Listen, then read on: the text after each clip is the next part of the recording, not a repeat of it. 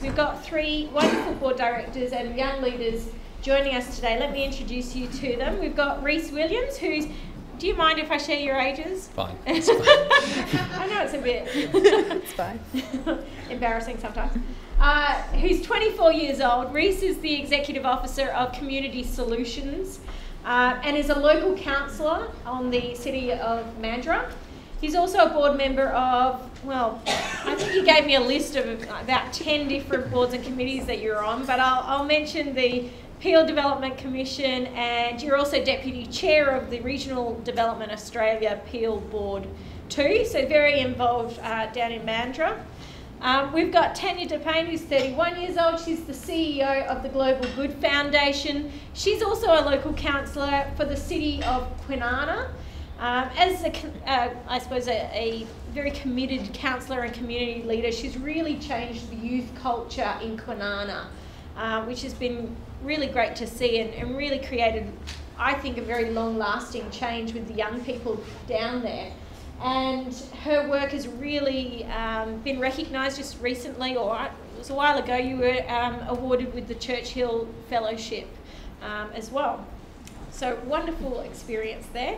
We've also got Tristan Coley, who's again 31 years old. He is an avid community leader as well. He's just led the Rotaract Perth Club group, and which has had many successful fundraising initiatives for a number of different community organisations. He's also the Vice Chair of the Infant Jesus Parish Council and Deputy State Chair of the Knights of the Southern Cross, which Southern Cross Aged Care is a part of. Southern Cross Care, correct. Yeah, Southern Cross Care is a part of. So I've been finding a few young board directors on aged care boards, which has been great to see, and which we'll start to promote to you on the website very soon. So it's great to have all of you here today. Let's please welcome our panelists.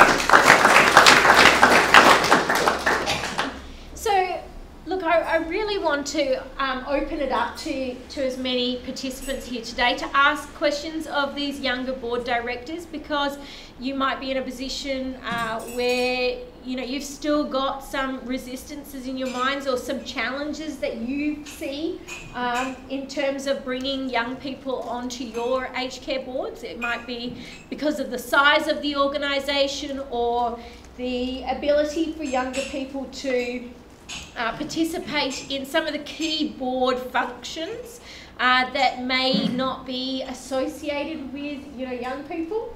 So maybe let's just talk to let's just introduce you all. Tell us a little bit about your board experience, how you got on, and whether you see any differences or challenges with you being an active participant onto a board. So maybe we'll start over at this side, Rhys. Well, thanks, Alicia, and thanks very much for the opportunity to come along today.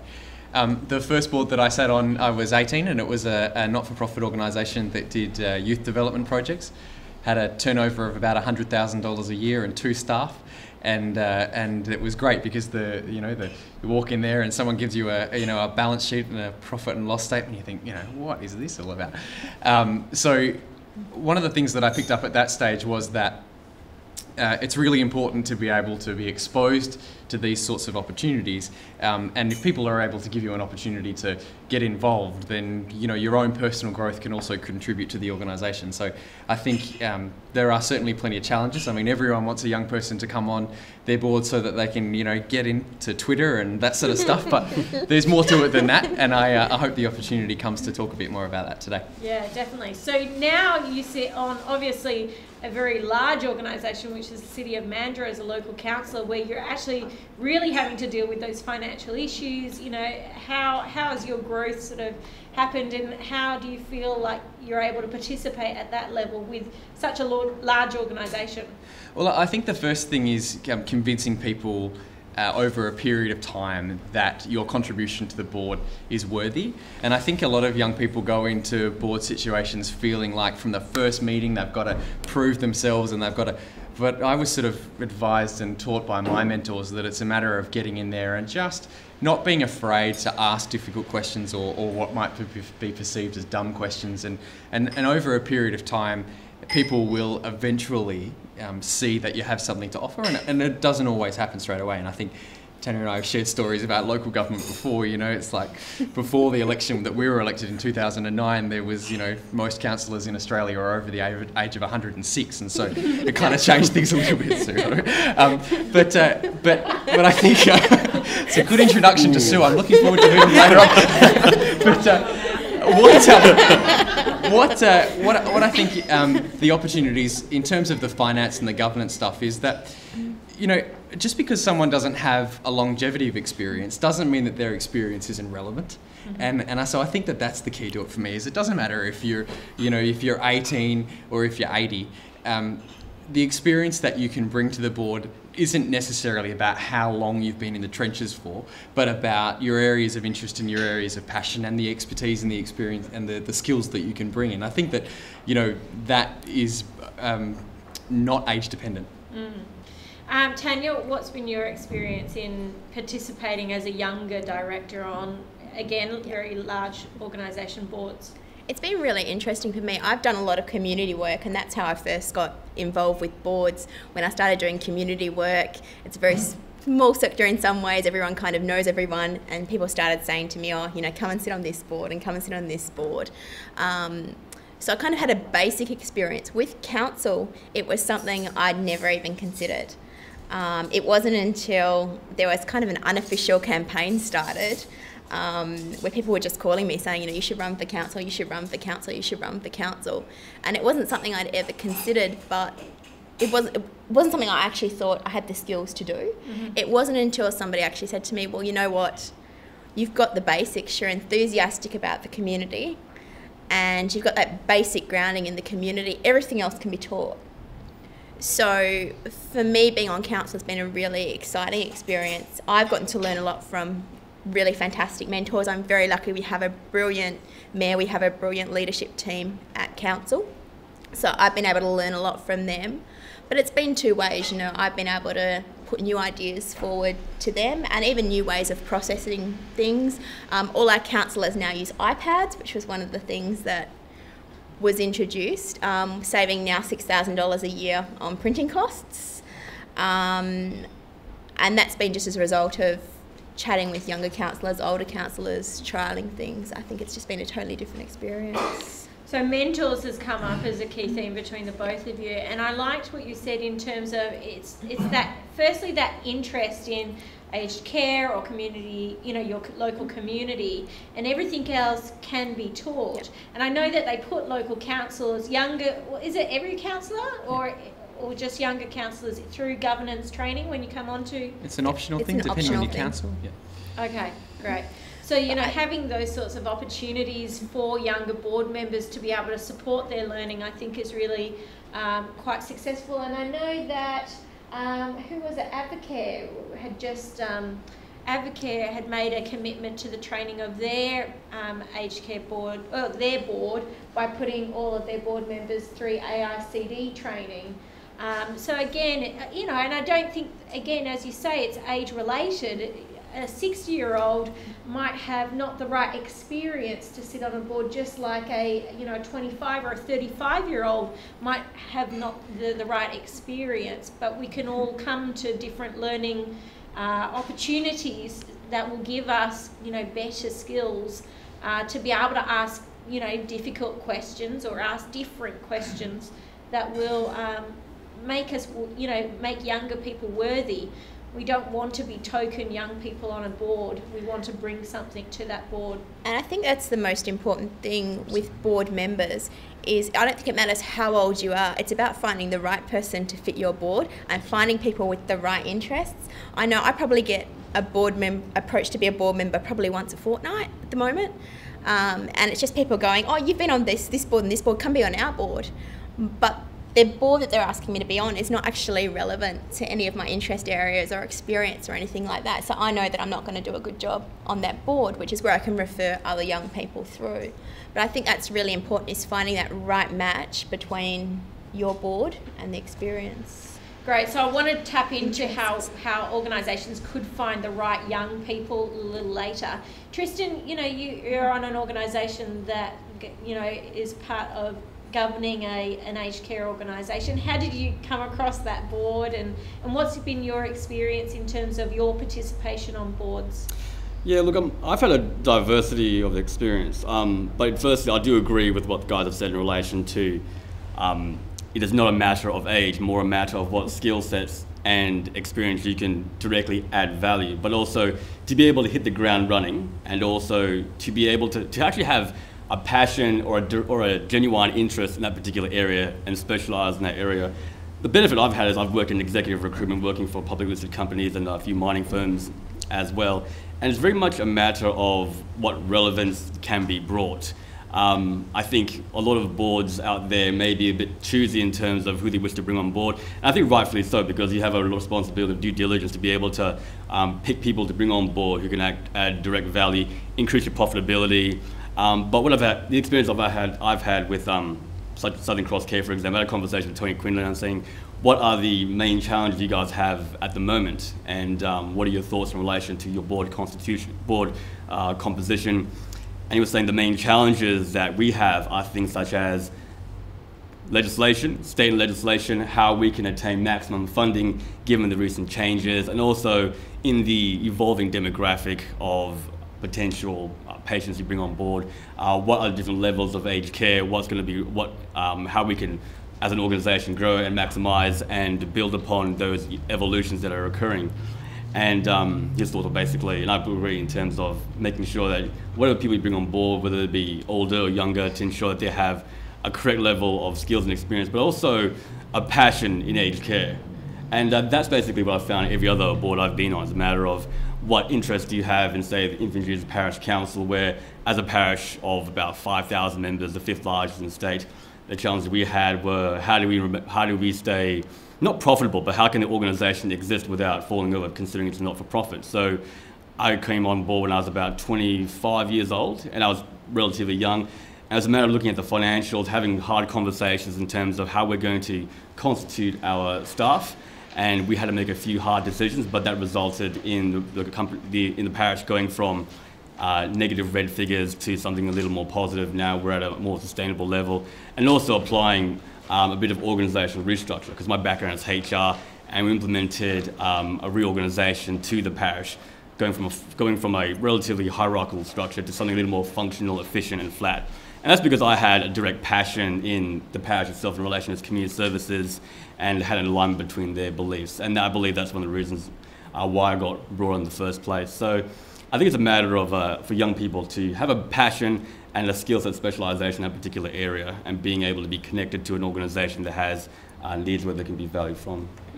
Definitely. And I think you've all mentioned finding the right people. How we were talking about the panel beforehand, having difficulties trying to find those right young people, or at least having the young people to put into the mix.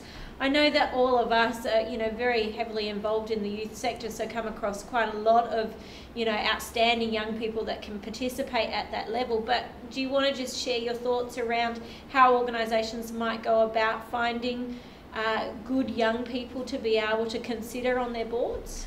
I think that sometimes it's about your conditions. So, I mean, I guess the young person's answer might be, could you have your meetings a little bit later because we like to sleep in and, serve junk food because, we don't like all that healthy stuff. But I think what I really mean is the ability for young people to come into a board is the same as the ability for any person to come into a board.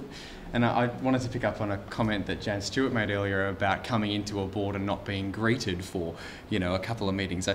There's nothing wrong with board members at the end of, and think about this in the context of your own boards. How often do you go around before or after the meeting and just chat to people or say, thanks very much, that was a great meeting or whatever? Sometimes some of those little things can be the difference between somebody feeling as though they can be part of a board or not. So I don't know that it's massive. I don't know that the difference between trying to engage young people in boards and any other person in a board is really that diverse. Mm-hmm. In terms of finding the right people, we had a conversation earlier about the fact that it seems to me that there's sort of a bit of a youth mafia around, that there's 50 people that sit on every board and every function, and we usually see them all at Alicia's functions, which is great.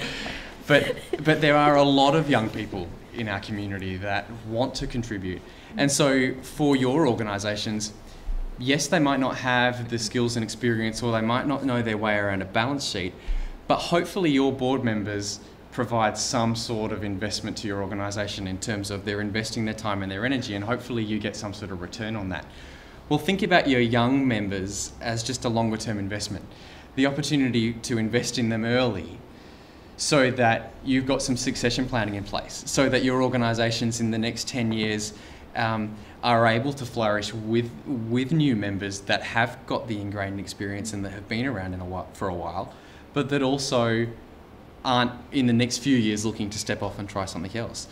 And I guess the challenge that I kind of put to organisations when they're sort of resisting the urge to put younger people on their board is it really that hard to have a board member on your board that may not be able to contribute to the same level of expertise in terms of some of the areas that your board members do? Is it really that much of an issue for your organisation to have one or two people that don't have that level of experience, that you can mentor and help and assist? I mean, you know, we do that all of the time in so many avenues. Why are boards any different? You know, have a couple of people on there that over a period of a couple of years you can help. And sure, sometimes they'll leave and sometimes they'll stay. Most of the time they'll stay if the conditions are right. But that's a good succession plan, I think. And I think local council has been a great example of how that can happen, where you can bring in younger people with different experiences. I'd like to say different experiences rather than a lack of experience. And obviously, you know, the councils haven't fallen through yet. And these are quite large organisations. And for, you know, for all of us, you know, by the time we're 35, let's say, we're going to have so much more experience and so much more to be able to offer a board. If we've had that experience 10 or 15 years on different boards, having that experience, that mentorship, that opportunity to have those discussions and conversations. And that's what we need. We need to be making sure that, you know, we have enough people with the right experience in that age group in the next 10 to 20 years, when some of our members of, you know, our older generation members start stepping off boards. How do we start making those, you know, connections, those mentorship connections now between those people that are just about to step off boards with people who can be on boards for the next, you know, 20 years or so? Did you have any comments on that, Tristan? Yeah, I think succession planning is a critical component to any organisation's sustainability. My experience, successful succession plans have come from good leadership from up on high, good leaders who are willing to have diversity in their organisation.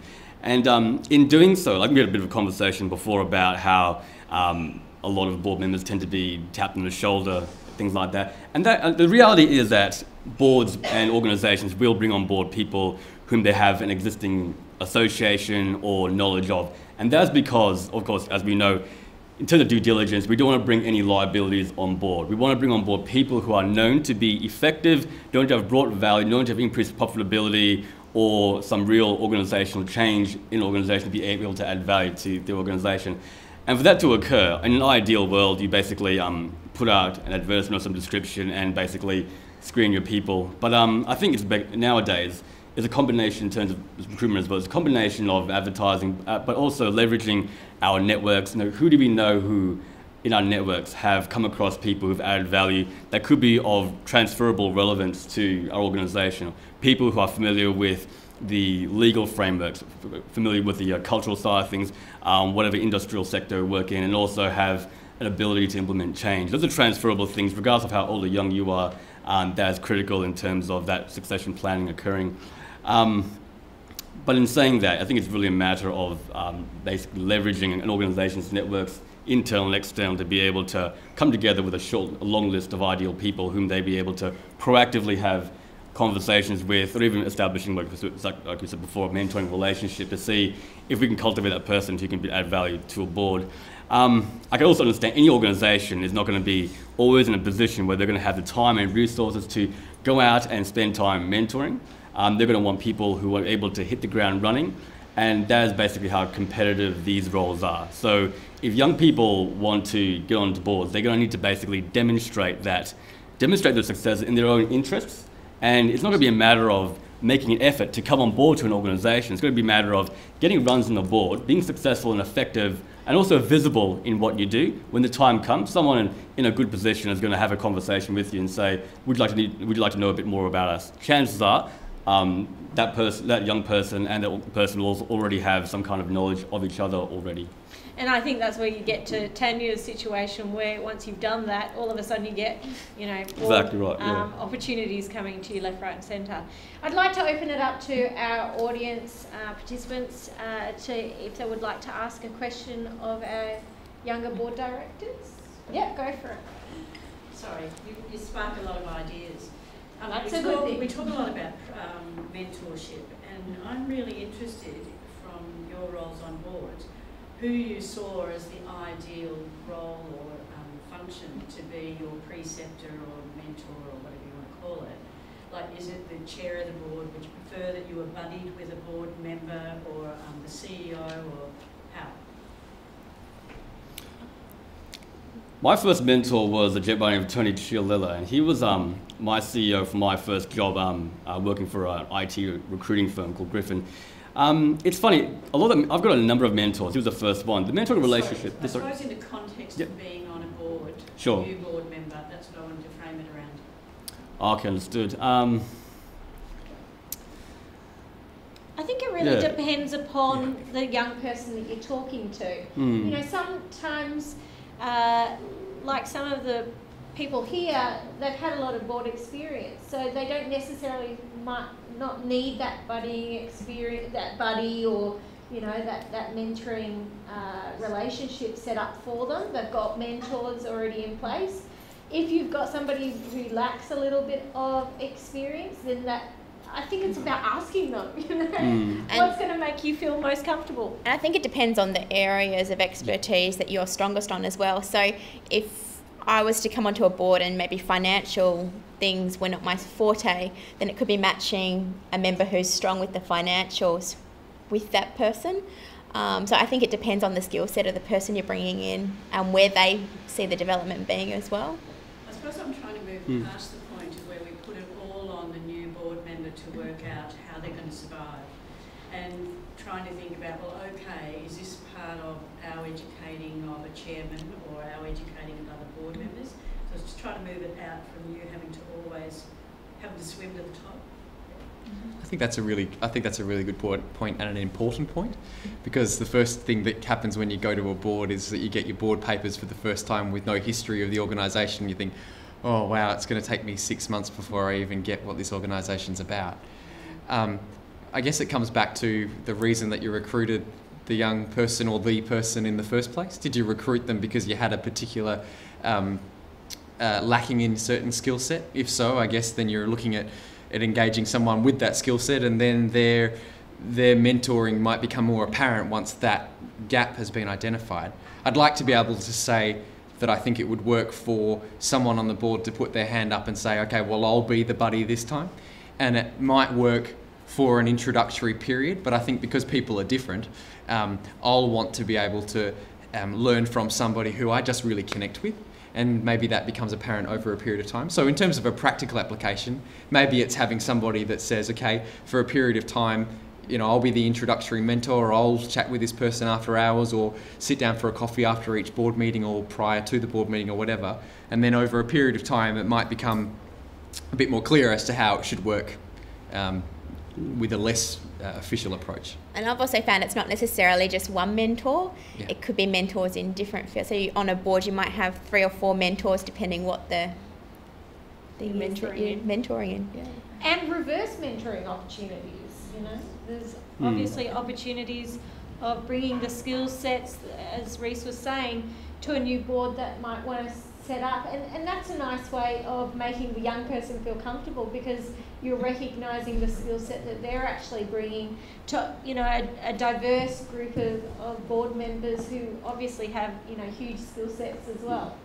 Yeah, and I hope if it's hopefully answered the question in relation to mentoring at a board level. I think the successful mentoring relationships I've had were not in a formal sense, so to speak, that there was an actual structure, but when I came onto the board of the North Southern Cross, I was basically a member of the North Southern Cross, and one of the board members basically approached me earlier on in the piece to actually bring me into the order, so to speak, and was made aware of the work I'd done in community services. So we basically had a supportive mentoring type relationship where he supported my initiative. He utilised his resources to support my initiatives, and also vice versa, to a point where after about 3 or 4 years, I didn't realise I was actually being groomed for a role, and then later on I actually got nominated and elected onto the board of North Southern Cross, and eventually got elected from within to be the deputy state chair. So I'm not sure if you answered the question, but basically I found success in that particular example, and I've also other examples I've heard of before in a similar capacity, that there is a period of grooming where there is a bit of mentoring, not by just one mentor, but also by several, like I said before, tenure, getting a person to a stage where they can start demonstrating value, have credibility, have visibility, can be trusted, and eventually brought into a more senior level where they can implement change at that strategic level. Does that answer your question? Or? Yeah. Sure. Okay, I've got lots of questions. Why don't we start over with...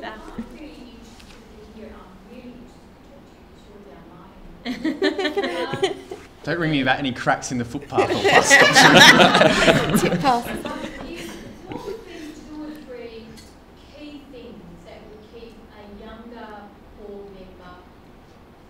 Interested in actually still staying committed to the board, because I think we've had the previous discussion with month to month or however often board meetings can be pretty pedestrian. I think that's quite a good word. But also, boards go through periods where they might be growing and changing, but then they have stabilisation periods. Now, what would be 2 or 3 things that you would say to keep a young person or a young board member connected to that board for the longer term? Well, I think the first thing, and maybe something that we haven't spoken enough about yet, is that young people have a really big responsibility in this to I guess, put up their end of the bargain. If you're going to commit to being on a board, then you're making a commitment, and it's a big commitment.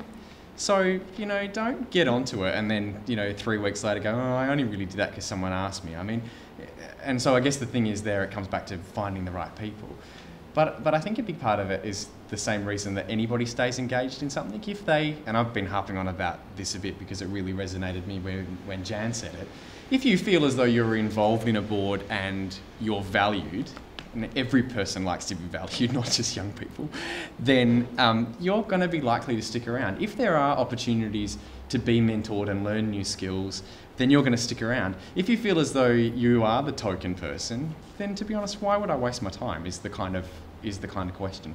So I hope that helps. Yeah, no, that's great. I think it's sorry. Yeah, go for it. I think it's a very good question in terms of retention of young people, not just retention of young people on boards, but retention of board members, council members, and executives in general. And I think it comes from the leadership having a clear vision and a clear strategy in relation to where the organisation is going and where the organisation is also going in the future, so that the people not only at your board level but also below have an understanding that their organisation has a future and they have something to look forward to.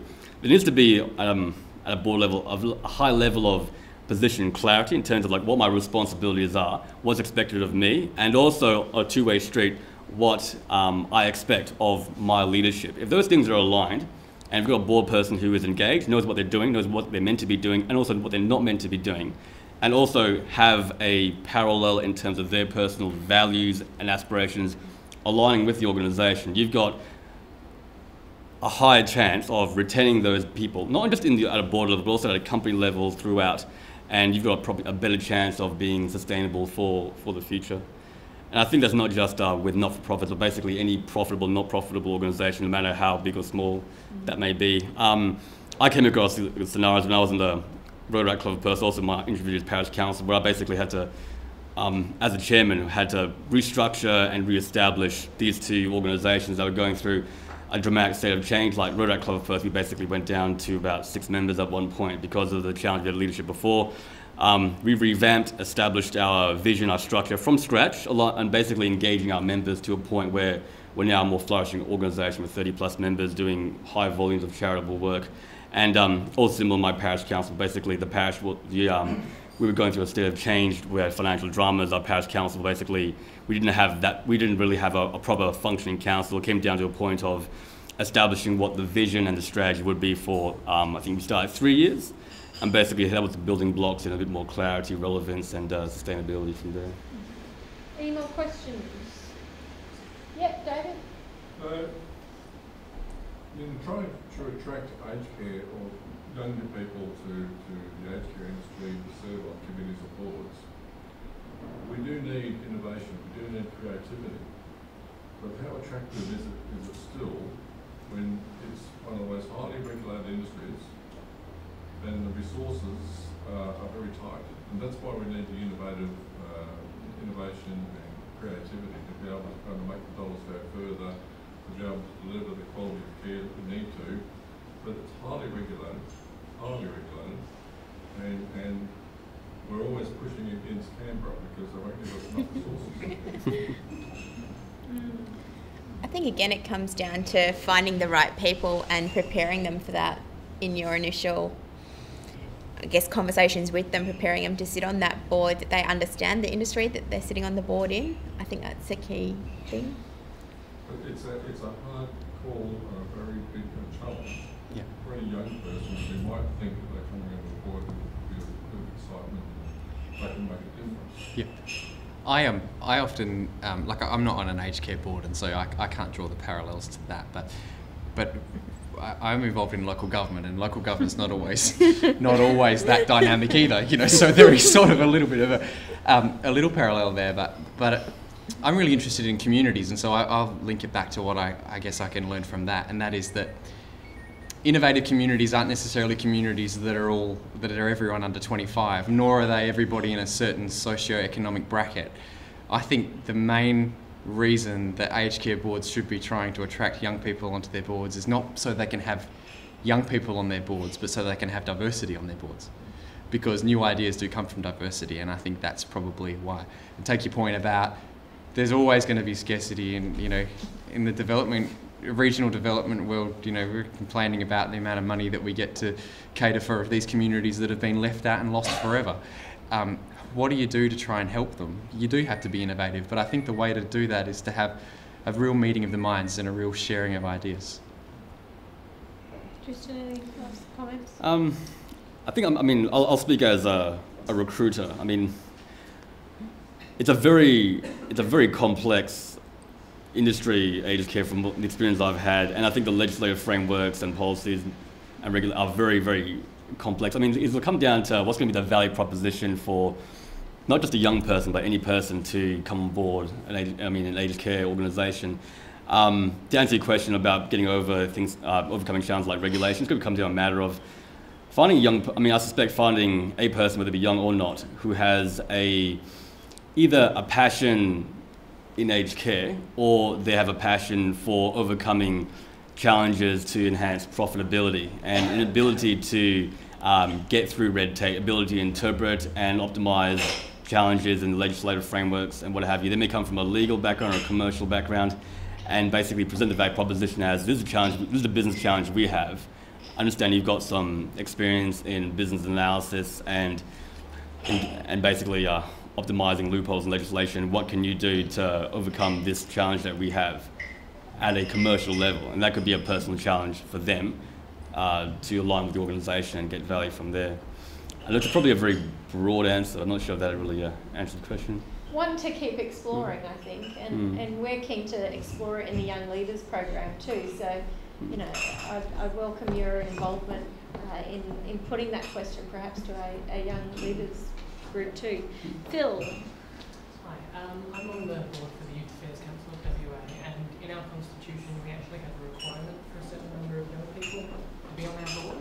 Just wondering what you guys think of that, because I understand when that decision was made, it was very contentious, even being the Youth Affairs Council. What do you think the application to more broadly to other sectors would be? I would hate to see that come into place for every board, because I think we come back to what we've all been talking about. It's about finding the right person for the job, and that person's not necessarily 18 or 35 that meets a certain cultural background or a certain expertise criteria. It's about finding that right person. So I think if that was to come into place, you're really limiting your board and stopping ideas and innovation coming in. Yeah, I'd probably go back to the executive organisation, find out, okay, the constitution you have here, why was that put in place? What's the history behind that? There may have been some history as to why they wanted an all young person board in the first place. Not all young persons, a certain number of people. Or a certain number, yeah. So there are Okay. about half the board is probably under 40. Okay, sure. So, I mean, I guess from an ideal end state, like, what would be the ideal constitution of the, composition of that board in terms of age and diversity? Like, what would that be like? Sorry. Oh, I was going to say, if there's an ideal number of people of particular age, was there a scenario you had in mind, or? No, I didn't have an idea. I just wanted to know what you would think of that, seeing as there is, I mean, to try and retain a mix of young people on board over a continuing period of time, there needs to be some sort of reason to do that. Okay, sure. So I was just thinking perhaps constitutional change might be. Personally, I think it's an archaic way of looking at it, Yeah. and I think it's the easy way out. It's really easy to just bang a big stick and say we're going to change the rules. Yeah. If organisations want to attract young people to boards Yeah. with a stick, then sure, do it that way. But I think the real benefit of engaging anybody in a board is by putting the hard yards into the relationships and getting the right people. Yeah. But I think your question is a good one, because it's a classic example of you've got younger innovators who just basically who should, rightfully so, question why we do things, like, and the feedback they may get is it's always been done this way. Why has it been done this way? What value does it add? Does it need to change? And if so, let's change it. If not, then we remain the same until otherwise. Tom, I know that you had a question. I'm standing out and stretch my legs.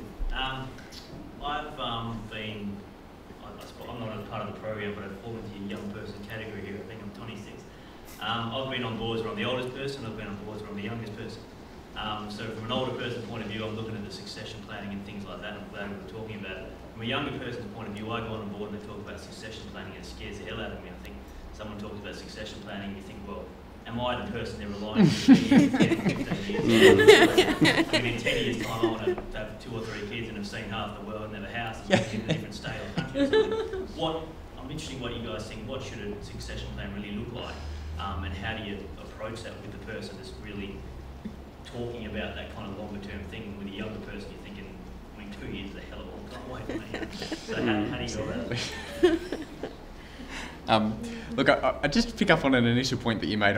One of the things that I sort of didn't realise I'd come across as a councillor was that, as I was elected when I was 21, and as a 21-year-old, I wanted to contribute to the council, but I also wanted to travel the world. I wanted to go and... Yeah, and I found as a younger person, you're part of the succession plan, which nobody tells you about until you get loaded up with the next pod. They go, it's great, you're stuck around, what's our plan? So I guess my response to that would be, first of all, to the young people that are part of the program, don't be afraid to... you're still a young person, so you don't have to join this board and then all of a sudden pretend like you're not. So, don't stop going travelling and doing all the things that you want to do and putting your apologies in and missing meetings on an occasion because you want to do those things. You should be doing those things, as should everybody. In terms of the succession planning, my thoughts are be really clear with your intentions up front, and don't be afraid to look at the new opportunities as they come up, because often you think, I don't want to be there in 2 years, but I remember being elected to council and thinking, 4 years? You've got to be joking me, And 4 years later, it's like, geez, that went fast. So, I think succession planning is critical, because if you don't have a good succession plan, you've got no sustainability in the organisation. You've got no sustainability, you're more likely than not to no longer exist after a period of time. I guess, if it's me to answer your question, it's a matter of working out from up and high what the vision and strategy is for the future. Understand those values, those attributes, and you as a young leader, being able to be in a position where you're constantly networking with within your team, the networks inside and outside your team, and being able to highlight a potential successor to yourself, or even a higher potential successor to anyone in your team, and maintaining positive relationships with them at all times to come to a point where they develop a relationship with you and or organisation, think, you guys are a great organisation to be part of, and then have a conversation. We tap them on the shoulder and saying, how would you like to have a more formal relationship with us at a board or non-board capacity? I think that's a key. The difference with any political organisation, the succession plan is largely determined in the ballot box, not in the... Correct, absolutely, yeah. And it's working that's well, right. that system. That's right, yeah. Because they'll come to a point where they may or may not get elected to that role.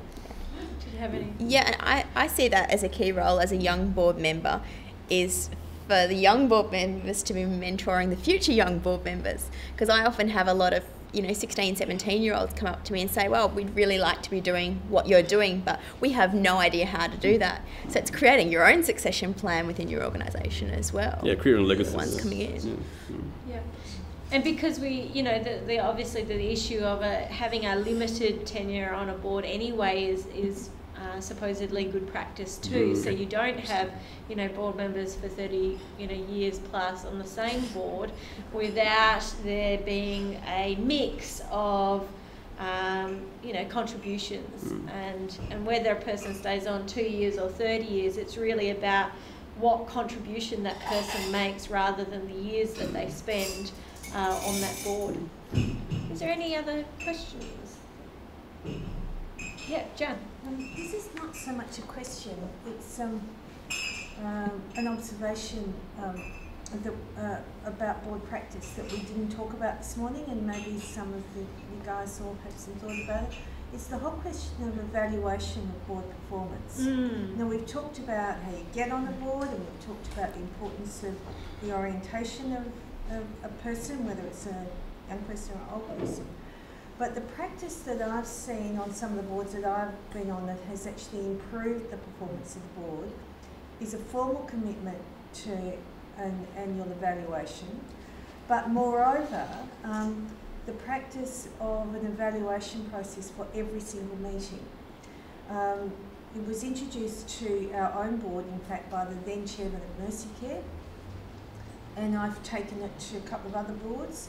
And it's a structured way. You appoint an evaluator at the beginning of the meeting, and I could see how you could easily adapt the evaluation process that we use to include, did we adequately engage all board members? Did we offer the opportunity for new and younger board members to contribute? No, it's only 12 questions, but because the board are conscious that those questions are going to be addressed at the end of the meeting, I think it raises awareness of kind of board behaviour, if you like, and addresses some of the things that we might have mentioned this morning about hierarchy and stuff. Anyway, it's more an observation and I guess an invitation for others to comment on that as a practice. Any comments at the front? I've actually been on a couple of boards that do have an evaluation process in place, not necessarily for every meeting, but like an annual review of the board, and I found it to be really, really good and really beneficial. And I think it also reignites the spark within everyone on the team as well. Would that include any sort of evaluation of the diversity on the boards? One of the ones, yes. One of the ones, no. But I think that's an important thing to consider in there. Just in terms of the relevance to the young people on the boards, I think if you've read any of the Gen Y literature, some of it's true and some of it's not, but one of the parts that's true, I think, is that we are feedback junkies. This generation loves feedback. Please give us as much of it as you can. Give us the good, give us the bad. Give us the bad first because we want to hear the good, but give it to us. And so I think in terms of your idea of attracting young people to your board, that's a key element to it, because young people are going to ask you anyway, how do you think I'm travelling? Can you? The boards that I'm on that do that, their success as a board is definitely strides ahead. But I think their culture as a board is also moving ahead because it opens the dialogue of the conversation that you might not want to have if it's not there. Again, of course, with local government, that can be a political comment. The red team on the right and the blue team on the left. I think performance evaluation is a critical and important thing, particularly if you've got a group that has been elected on or brought on a paid basis and such. examples where I've seen that effectively implemented is we had a council, we basically established a strategic planning for the year, for 12 months, and we had a particular number of objectives, targets, and those targets and objectives had timeframes, they had KPIs. So we'd have a quarterly meeting. Every quarter we'd evaluate, okay, let's go a strat plan, what have we achieved, what's on target, what's not on target. Okay, now what's not on target, who is responsible for that? And the chair would have a conversation and say, okay, why is it not occurring, what can we do to support you, what additional resources can we pull in? And that was done at a collective level. There have also been scenarios where board members, council members came on board and had identified what their interest would be, whether it be Director of Local Community Services. They'd come up with a position description that basically would be a collaboration between the chair and the member and say, what's my plan for the year, what are my KPIs, and then that would be visited as well on a twice annually basis. So that again, there'd be basically feedback given to and fro, but also that feedback could be given up to the leadership level. So leadership would be made aware of any shortfalls on their behalf on what they did or did not provide in order to have targets met and the organisation moving in a forward direction. And then also that feedback can be encapsulated on the quarterly or twice annual level and also be given out as a communication to members of the organisation, whether it be members or paid members or what have you. So they had a transparent understanding of what direction the company was going and how well they were going in terms of hitting their targets and KPIs. Yes, certainly. If there are agreed programs, exactly right. No reason why, however you might think politically, how the council dealt with that is a very valid form of evaluation. Correct. Yep. Any further questions from our audience? I think that Jen had a question there. Did you have a question? No, it was more of a comment back on what they were saying about how do you keep young people engaged in the aged care sector, particularly because of the many regulations that it has. And I want to share my experience because I work in the aged care sector, and the job that I've been asked to do is to try and innovate within my organization about how we can use online technology to improve business. But then you get to this stage where, can we do this? No. Can we do this? No. Can we do this? No. And all it really took for me was a clear explanation as to what's yes and what's no. And once I have that clear, I only start to focus on the yeses. But if I'm in a period where it's in the mix, there's either yes or no, I feel like I'm useless because I'm just throwing things in the air. But if I know you can't throw that, but you can't throw this, I'm much more effective because I know where I can attack and where I can execute. So just don't be afraid to explain the regulations. We've all come from places. If your mother is really strict, you come from places. Like my mom was strict, so I knew about it. But so if you come from a background of regulations and stuff like that, don't be afraid to explain it, but just make sure it's clear what's yes and what's no. Yeah, definitely. I think if I can elaborate a little bit on that, I think it's a really, really good point. In the Invergys, in my parish, Invergys and Morley, so we've got several thousand members, and most of our parishioners are mid, say, 50s, 60s, 70s, and the majority of them, are they technologically savvy? Not all of them. And we basically had an innovation where we had our parish bulletin, we also had our parish website. The website was basically being revamped, and we wanted to make a more effective tool to cater to the 33 different ministries we had in our parish. So what we did was, for our ministry leaders, who are also of a more mature age, to get them savvy, we invited them all to a meeting where there was basically a very clear but basic education forum where we say, okay, this is how our website works, and this is how you can get your rosters on board, this is how you can advertise and advocate your activities, and this is how you, as a leader, can log on and actually make adjustments to welcome and create awareness of what's going down, so you can have people come to your arts and crafts groups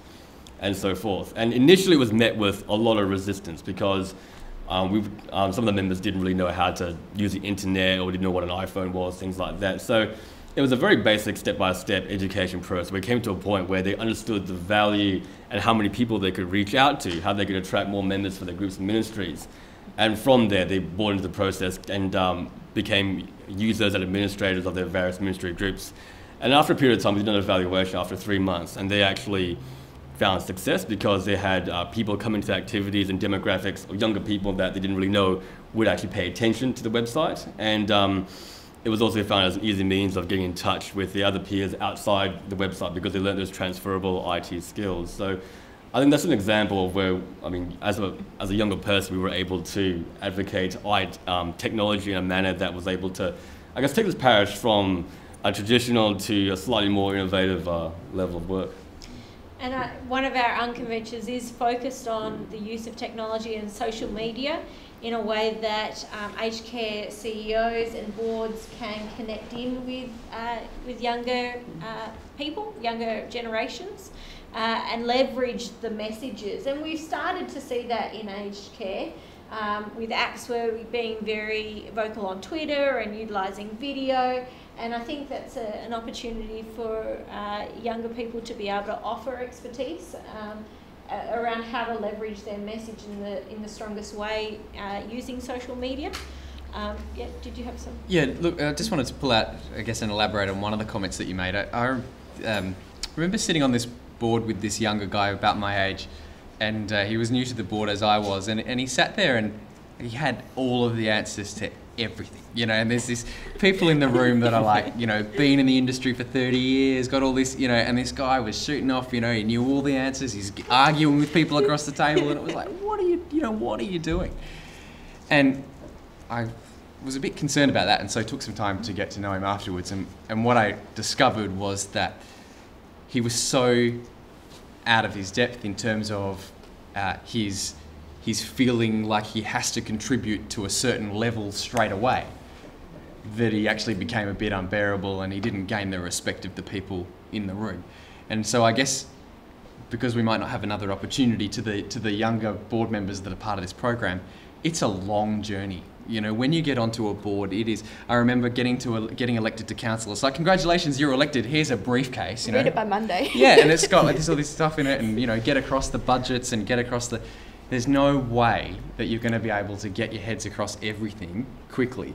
And if you come in and you are, you know, you've got that insecurity and you do start pretending like you've got all of the answers and trying to put your point across because you think that everyone has an expectation that you will, then people may not take you as seriously as maybe what they should. So it's a long journey. Don't expect to have all of the answers straight away. Get in there and just learn it and tap away at it. And I think that might help with some of that stuff that you were talking about in terms of not knowing the answers to the questions. Don't worry about it. And don't be afraid to ask the questions too. Yeah. If there's something you don't understand, feel free to ask it because people are happy to explain it to you. But if you don't ask the question, they don't know there's a problem with it. They just assume you know. So don't be afraid to ask. And I think that's where those intergenerational relationships can really help with that, providing that mentorship to make the young person feel comfortable, but then also be able to offer, you know, their fresh perspective on the board culture, what they've experienced coming into the organisation. Like Jan was saying, those fresh eyes can be actually really beneficial. And I found the most helpful question for me has just been someone coming up to me and saying, how are you going with everything and how are you feeling about it? Thank you for asking, you know. Because it's like someone's actually interested, and I found that just to be, just like, oh, yeah. Okay. I think Ruth brings a good point about if you're a young person, you're elected onto a board, you're in deep water, what do you do? I think for myself, and actually a couple of peers I've had conversations with, they've also found that when you're on a board, it may take about, if you have the luxury of time, it may take about, I mean, I've been on the board, I've been on the State Council of Southern Cross, I've been my 4th year now. It took about a year and a bit, about a year and a half before I actually became properly effective, because I didn't want to be the guy who had all the stupid, great ideas but weren't entirely of relevance. So what I did my 1st and 2nd year was basically just do as much work as I could behind the scenes, help out wherever I could, but basically absorb what was going on, understand the culture, understand the internal, external environments, to a point where I felt confident enough to be able to start implementing some change by suggesting ideas that were of relevance, that would be of value. So I think it's not a matter of being able to always hit the ground running, performing 100% all the time, but if you have the luxury of time, being able to sit and absorb, comprehend, and then have the credibility later on down the track to deliver. Yeah, absolutely. Did Siri want to answer the question? I'd like a... Siri's quite wise as well. cheeseburger and fries. Thanks. No, I think what you bring up is also the expectation for boards of young people that it will take that time, and not to be disheartened if, you know, in 6 months' time, you know, they're still not, you know, at the same level as your other board members, just to give that realistic expectations around how long it might take them to effectively participate at that board level. And then once that's, you know, done, then, you know, then you'll see the fruits of that labour and those mentoring relationships. Look, we've come to the end of our time for this panel. Again, if you've got any questions specifically for young board directors, please don't hesitate to send them through to myself or anybody on the project team. But let's please thank our panellists.